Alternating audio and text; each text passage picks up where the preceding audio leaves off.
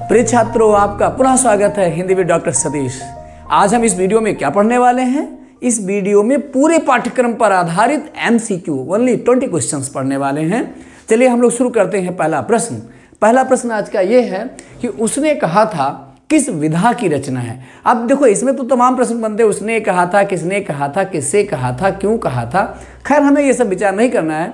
मैं एक बात बता दूं, ये पंडित चंद्र शर्मा गुलेरी की कहानी है, तो आपको इसमें विकल्प में देखना है। नाटक है ही नहीं, जब मैं बता चुका हूँ कहानी, तो उसने कहा था कहानी है। और किसकी है? पंडित चंद्र शर्मा गुलेरी की है।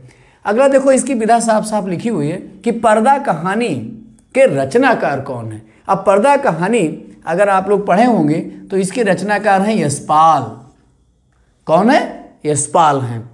अगला प्रश्न देखिए, लहरों के राजहंस नाटक के लेखक हैं। अब ध्यान में रखना है, अगर इसकी विधा पूछी जाए तो ये नाटक अपने आप ही आ गया, और अगर इसका पूछा जाए रचनाकार कौन है, लेखक कौन है, तो लहरों के राजहंस नाटक के लेखक कौन है? डॉक्टर धर्मवीर भारती? नहीं। उदय शंकर भट्ट? नहीं। मोहन राकेश। कौन है? मोहन राकेश। अगला प्रश्न देखते हैं, अंधकार और प्रकाश एकांकी के रचनाकार हैं। अंधकार और प्रकाश एकांकी भुवनेश्वर की नहीं है, तांबे का कीड़ा है इनकी। तमाम और भी हैं। उदय शंकर भट्ट, जयशंकर प्रसाद, विष्णु प्रभाकर प्रसाद है नहीं, विष्णु प्रभाकर भी नहीं है, तो क्या बचा? उदय शंकर भट्ट। अंधकार और प्रकाश एकांकी किसकी है? उदय शंकर भट्ट। एक बड़ा ही महत्वपूर्ण प्रश्न, वो हर कंपटीशन तक में पूछा जाने वाला है। कृष्ण गीतावली के रचनाकार हैं।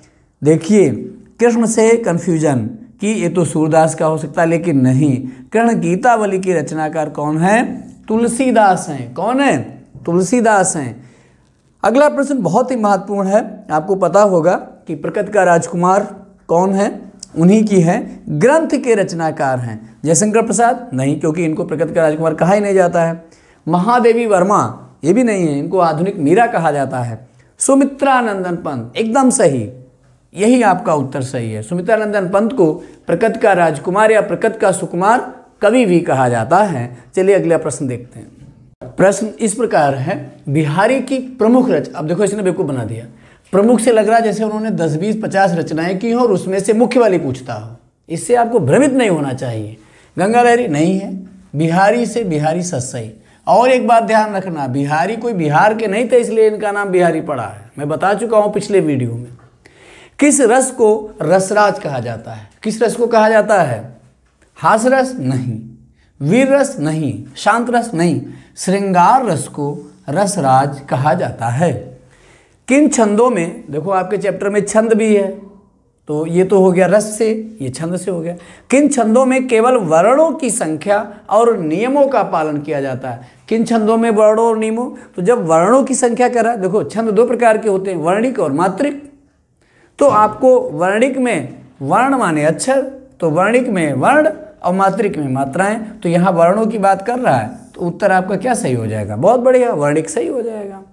जय शब्द में कौन सा उपसर्ग लगाने से वह जय का विलोम अर्थक हो जाता है? विलोम का अर्थ देने लगता है, यानी कि जय है जो इसका उल्टा क्या होगा? पराजय होगा। तो उपसर्ग क्या होगा? देखो परा कहीं है, अगर वी लगा देंगे, बेटा ध्यान से समझो, अगर जय में वी लगा देंगे तो विजय हो जाएगा, तो ये परा उल्टा नहीं होगा। अगर जय में पर लगा दें तो शब्द गड़बड़ा जाएगा। आ लगा देंगे तो अजय हो जाएगा, तभी इसका विलोम नहीं होगा। तो विलोम क्या हो जाएगा? पराजय। शताब्दी में समास, बहुत बढ़िया प्रश्न। शताब्दी में क्या आ रहा है? सत। सत क्या है? संख्यावाची। संख्यावाची होने पर क्या होता है? बहुत सही बता रहे हो, द्विगु समास होगा। निम्नलिखित में कौन प्रसिद्ध आलोचक है? इसने आलोचक पूछा है, ध्यान में रखना चाहिए आपको। मुंशी प्रेमचंद आलोचक नहीं थे, कथा सम्राट थे, कहानी सम्राट थे, उपन्यासकार थे। आचार्य रामचंद्र शुक्ल ये आलोचक हैं। जयशंकर प्रसाद नहीं है, ये नाटककार हैं और काव्य कविता लिखते थे। पंत तो कवि हैं ही हैं। चलिए अगला प्रश्न देखते हैं हम लोग। प्रिय छात्रों, देखिए प्रश्न समझ लेना चाहिए। पृथ्वी से सप्तर्षि मंडल एक रचना है, के लेखक हैं कौन? डॉक्टर नगेंद्र? नहीं। हजारी प्रसाद द्विवेदी? नहीं। ये रचना है डॉक्टर संपूर्णानंद की, जो बहुत प्रतिष्ठित निबंधकार हैं। पृथ्वी पुत्र किस विधा की रचना? अब देखो इसमें विधा पूछा है, नाटक है, कहानी है, उपन्यास है, संस्मरण है, निबंध है। तो पृथ्वी पुत्र जो है ये निबंध है। इवन ये विचारों का संकलन था। गिरती दीवारें के रचनाकार हैं। गिरती दीवारें रामविलास शर्मा नहीं, आज्ञे नहीं, शिव प्रसाद सिंह नहीं, ये उपेंद्रनाथ अश्क जी की रचना है। सरस्वती पत्रिका के संपादक हैं। देखिए विकल्प पे विचार करना चाहिए।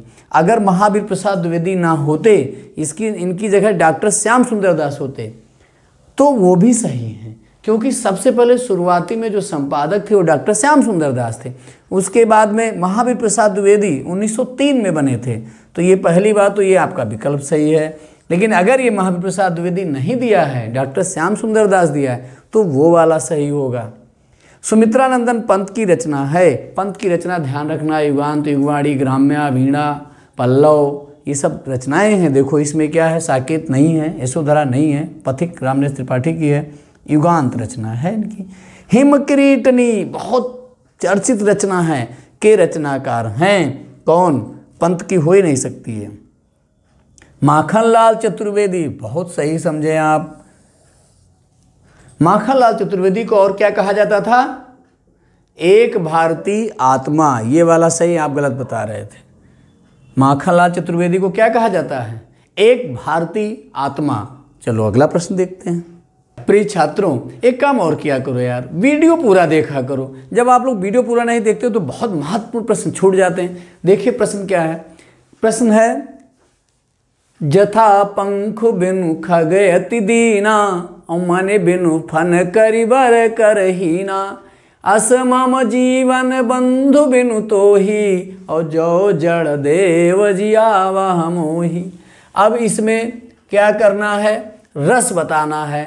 तो देखो यहाँ शांत नहीं होगा, शांत रस का निर्वेद, यहाँ कोई वैराग्य वाली बात है नहीं, भक्ति कोई किसी की भक्ति का भी नहीं है, वीरता की भी बात नहीं, तो बचा क्या? करुण। इसकी और एक पहचान है, बंधु बिनु तो ही, तो फिर क्या हो जाएगा? करुण हो जाएगा। अगला देखते हैं हम लोग कि मुख मयंक सम मंजु मनोहर। मुख मयंक सम, अच्छा ध्यान लगाओ आप लोग, सम क्या है बता चुके पहले वीडियो में कि सम में क्या होता है? सम सरिस समान जहाँ होता है वहाँ क्या होता है? उपमा अलंकार होता है। निष्कपट शब्द में उपसर्ग है, क्या है निष्कपट में? निश, ये उपसर्ग ही नहीं है, ये वाला सही होगा। क्या सही होगा? निश। अनुज शब्द को स्त्रीवाचक बनाने के लिए किस प्रत्यय का प्रयोग किया जाता है? अब अनुज है, अनुज माने छोटा भाई, तो अनुज से क्या हो जाएगा? अनुजा। अनुजा में क्या प्रत्यय निकल रहा है? आ, इसलिए ये वाला सही हो जाएगा। यथासंभव में कौन सा समास है?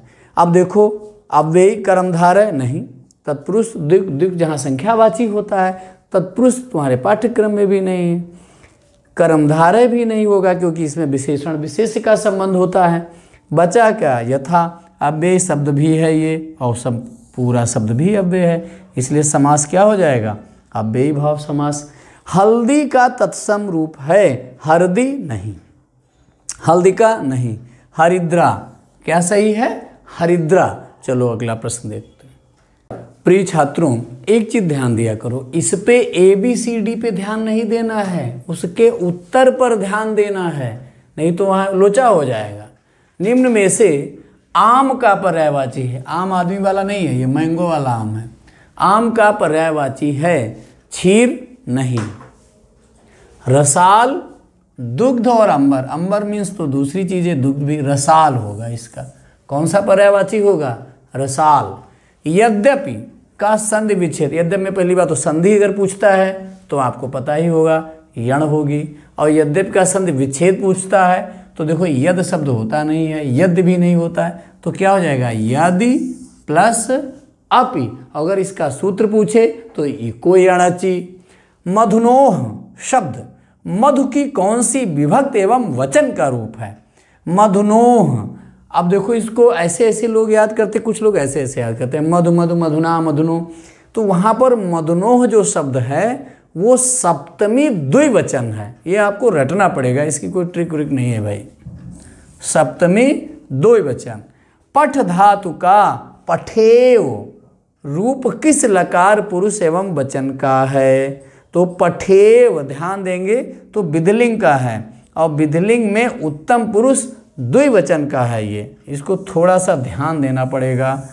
प्रिय छात्रों, आज की 20 प्रश्नों की श्रृंखला आपकी समझ में आ गई होगी, मुझे पूरा विश्वास है, और मैंने पूरी कोशिश की है आपके पाठ्यक्रम का, चाहे वो रस हो, चाहे छंद हो, चाहे अलंकार हो, व्याकरण का पूरा और गद्य की रचनाएं और पद की सबको समावेशित करते हुए, समाहित करते हुए श्रृंखला तैयार की गई।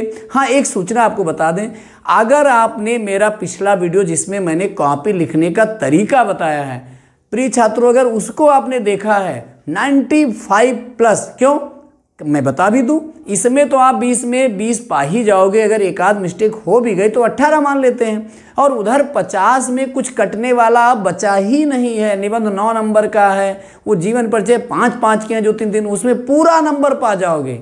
इसलिए आप लोग पूरा ध्यान से उस वीडियो को भी देखिए और इन सब वीडियो को सुनिए, मेहनत से पढ़िए, खूब इनको गुनिए और इनको अच्छे से समझकर अपनी बोर्ड परीक्षा की तैयारी करिए। मेरी यही शुभकामनाएं हैं और मेरा यही आपको आशीर्वाद है। मस्त रहिए। धन्यवाद।